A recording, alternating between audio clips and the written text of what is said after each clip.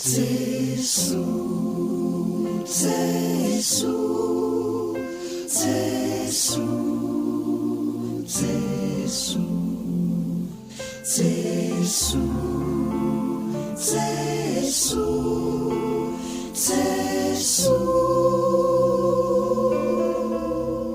Efa mitona amin'i Jesosy Kristy anio fa 20 volana aogositra. Mijanona miaraka amiko fotoana vetivety. Tena manan-javatra holazaina aminao aho anio. Mandehana amin'ny lalana nofidiko anao anio. Sady tombontsoa izany no fifankahazarana. Dia manandrana miaina ny fanatrehako be voninahitra sy manambara izany zava-misy izany amin'ny hafa. Mety atsapa-karazana avinavina indraindray rehefa miatrika hiraka toy izany. Aza miahiaza io hiverin'ny olo-kafa momba anao e. Ny asa tanterahako avy aminao dia afeniko aloha. Amony nefa izy amin'ny farany ary amoaka be dia be.